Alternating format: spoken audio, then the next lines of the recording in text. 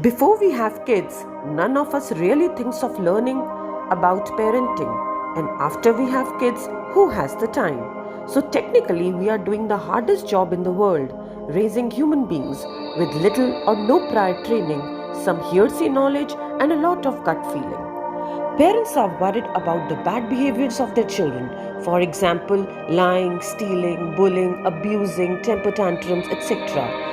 All these bad behaviors of the children can be controlled by positive parenting with positive discipline. Positive discipline is a discipline model for children.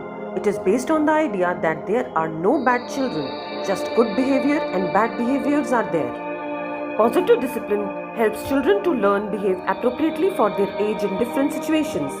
It helps children develop self-discipline and confidence, guides children to be in harmony with self and others. Negative discipline like physical punishment, spanking, slapping, hitting or shaming can hurt children both emotionally and physically and should never be used. Today we will discuss about some positive parenting and positive discipline techniques. The first technique is connection before correction. There is always a reason why children misbehave even though the reason may seem silly to the parents. It is reasonable for the child and that's why they behave that way. In such situations, try to acknowledge the child's feeling by saying, "I know you are upset." Wherever possible, try to tell your child what they can do instead of saying what they can't do. For example, tell your child to ask for permission before taking someone else's things. Creatively approach the situation with humor and imagination. For example, your child doesn't want to leave the park. What you can do then? You can say, "I can see you are angry about having to leave the park. Let's think of all the things we can do next time." Such sweet, small talks create closeness and trust instead of distance and hostility by making sure the message of love gets through.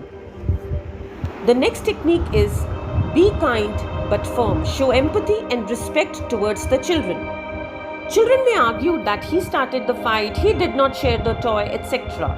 As a parent, instead of arguing back, we just need to stay calm and repeat what we said in a kind but firm manner. We can demonstrate respect and empathy by showing children that they are still respected and accepted even when they do something wrong or when they commit mistakes. For example, we can guide politely to our children by saying, "You really want the doll? But we do not hit someone if they don't share." Just by empathizing with your child that she wants a doll, you can win half the battle. The next technique is, whenever possible, offer choices. Simple choices like, "That was not nice hitting your brother. Do you want him feel better by giving him a hug or by saying you are sorry?" Remember to pick your choices carefully because once a choice is offered and your child picks one, you need to honor it. The next technique is treat mistakes as opportunities to learn. Try not to launch into a lecture. Try to make use of possible examples and recollect from past behavior. For example, you can remind your child by saying, "Do you remember last time when your friend hit you? How much it hurts? It made you really feel sad, right?" The next technique is work together to come up with a mutually agreeable solution. It involves problem-solving steps. For example, talk about the child's feelings and needs. Talk about your feelings and needs. Brainstorm together to find mutually agreeable solution.